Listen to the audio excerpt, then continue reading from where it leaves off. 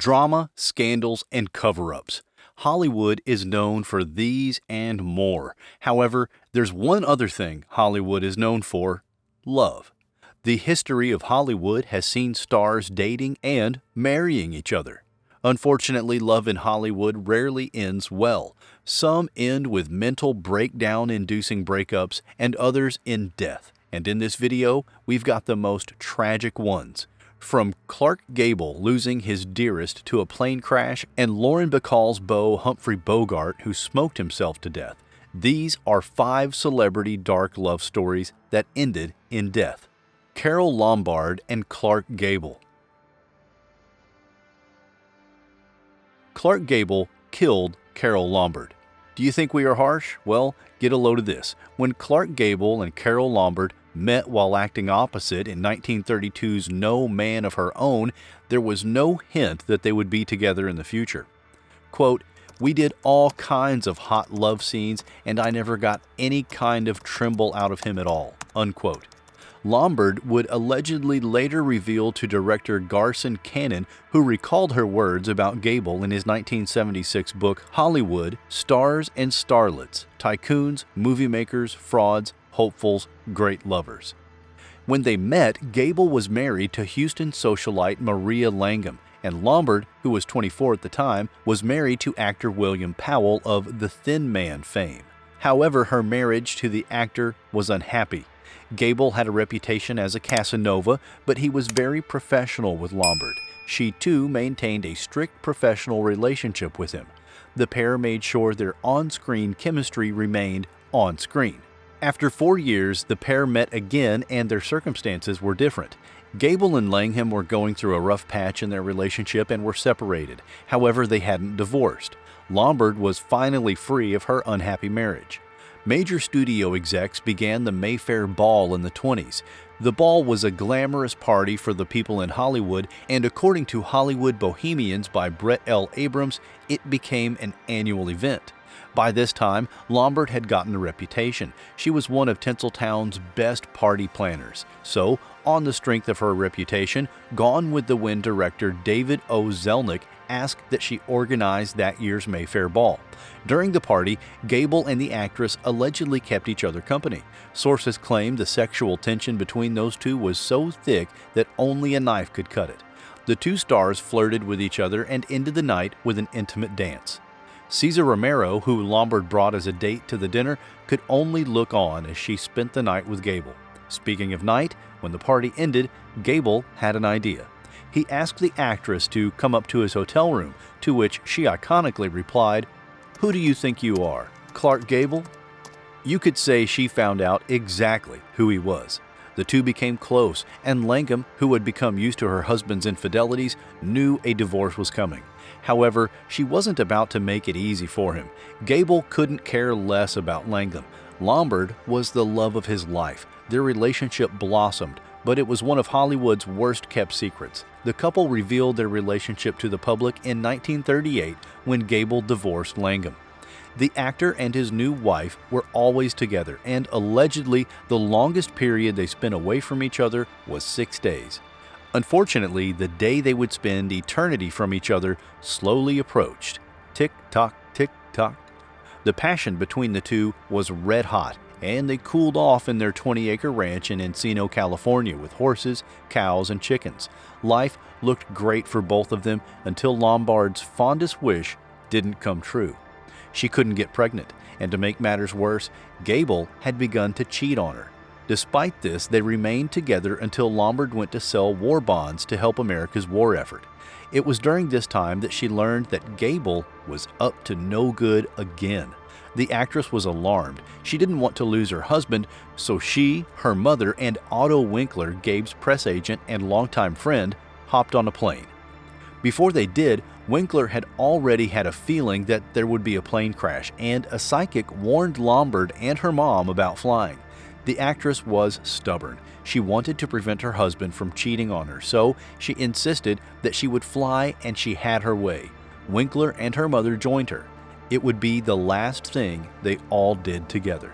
Their plane crashed on the treacherous Nevada's Potosi Mountain. The news got to Gable, and he went crazy. He traveled to Nevada to see the wreckage. He insisted he had to climb. Maybe part of him hoped his wife would be alive. Despite the harsh conditions of that mountain that even experts were wary of, Gable climbed. He didn't care if he died. He blamed himself for her death. When he saw that she truly had died, Gable broke inside. What was left of his beautiful wife was the hair clip he gave her that now had strands of her hair. "I don't want to go back to an empty house in Encino," he said to his friend, pain echoing in his voice. The actor became a changed man. He began to drink and enlisted in the Second World War so he could die. Maybe if he hadn't cheated, Lombard would still be alive. Gable killed his wife with his disloyalty to her. Or maybe not. What do you think? Lauren Bacall and Humphrey Bogart. When Lauren Bacall first saw Humphrey Bogart in Casablanca, she didn't think he was sexy. She even thought something was wrong with her friend who thought Bogart was sexy. Bacall would later find out something was wrong with her, too.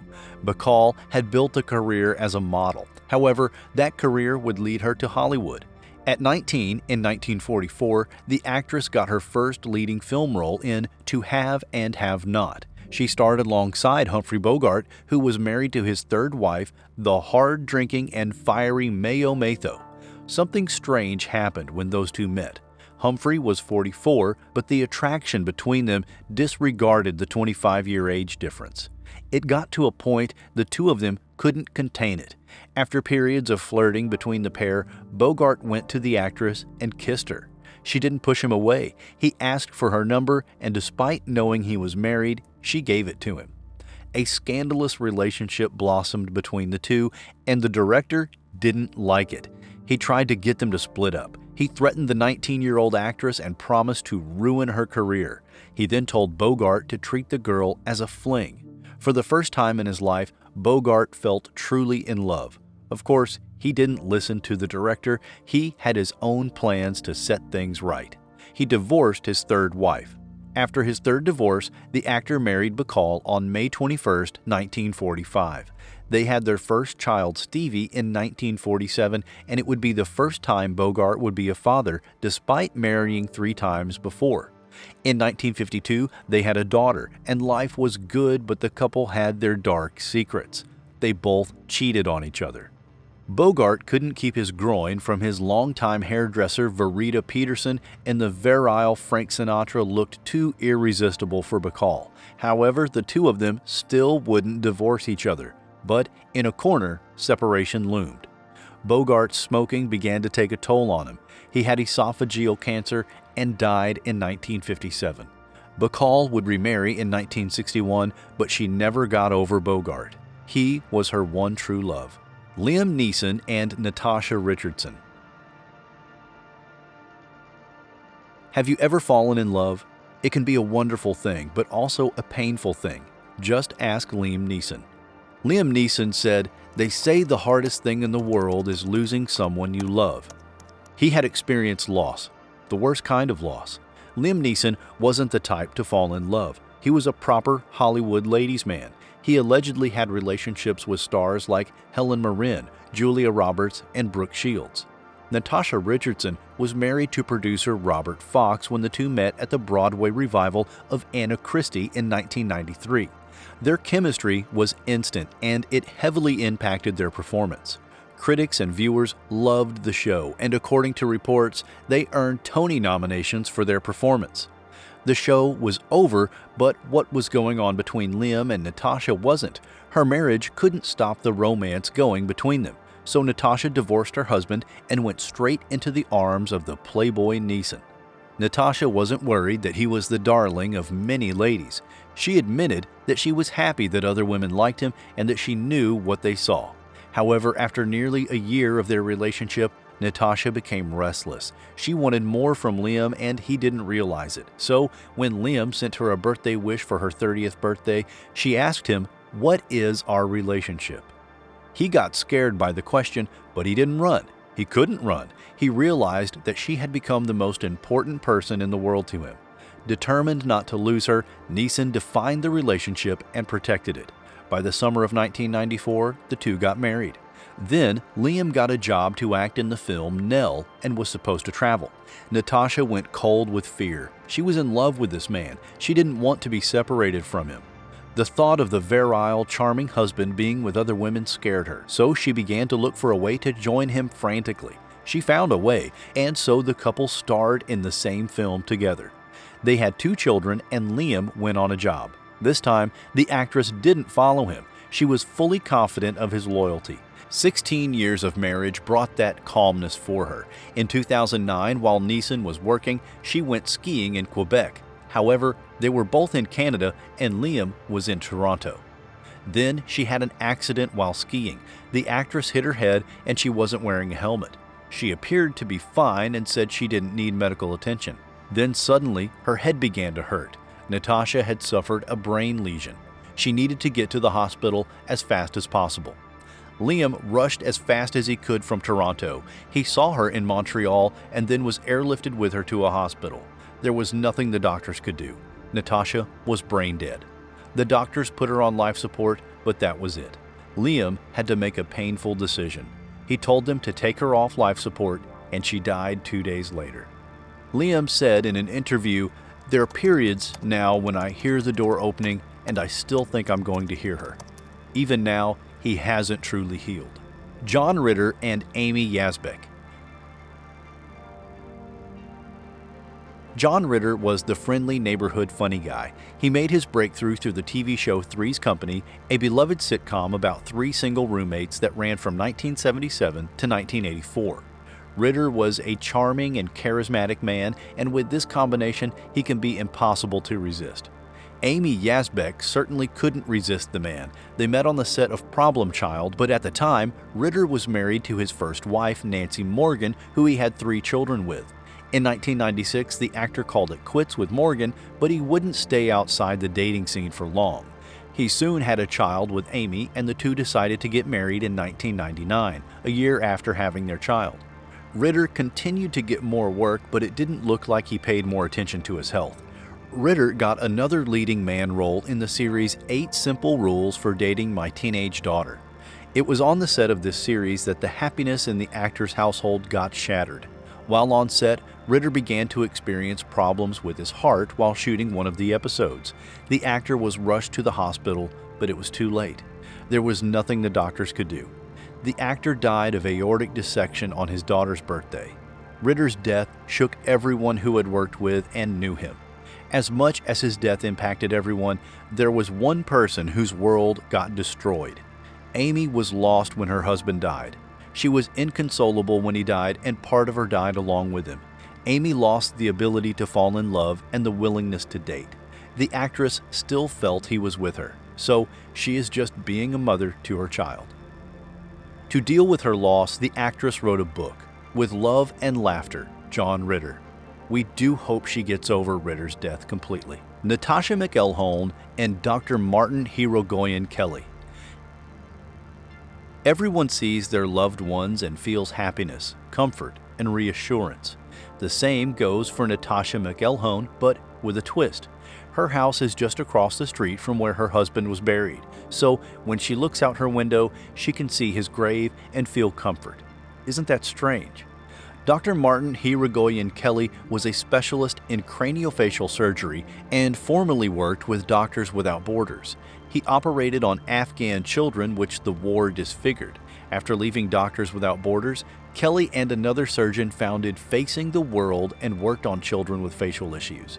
Kelly wasn't just a surgeon, he loved playing tennis, playing the bass guitar and drums, and also composed songs. He was a pretty awesome person, and Natasha stood no chance against him. She met him when she was 16 and had fallen in love with him since then. The two married and had 2 children together, with a third one on the way. The couple were happy in their life and career. Dr. Kelly had become a consultant plastic surgeon at the Chelsea and Westminster Hospital and at the Royal Marsden Hospital. He was a lead reconstructive surgeon and part of London Plastic Surgery Associates, where his colleagues included Peter Butler, the doctor who became the man to carry out Britain's first face transplant. The actress's career was also growing. Despite her pregnancy, she still chose to work. Traveling to Los Angeles, the actress was part of the Californication cast where she played Karen. David Duchovny's longtime girlfriend. It was on the set of the hit series that she received a phone call. Her husband was dead. He collapsed at the entrance of their home in London. He was quickly rushed to the hospital where he worked, but when he got there, he was already dead. Apparently, he had an undiagnosed cardiomyopathy, and it was what led to his death. Natasha had to pick up the pieces. She was pregnant with a child and had 2 others to care for, so she didn't have the time to grieve. A few weeks after her husband's death, she began to work. The work served as the perfect distraction for her, and when she gave birth, she and her first 2 children had a renewed sense of purpose. They focused their attention on the new child. Still, it wasn't easy for the actress. She began to write letters to her dead husband, and it got to a point that she compiled the letters and made them into a book. Love is beautiful, but like everything else, it will also die. The stars on this list have loved, and unfortunately, theirs wasn't happily ever after.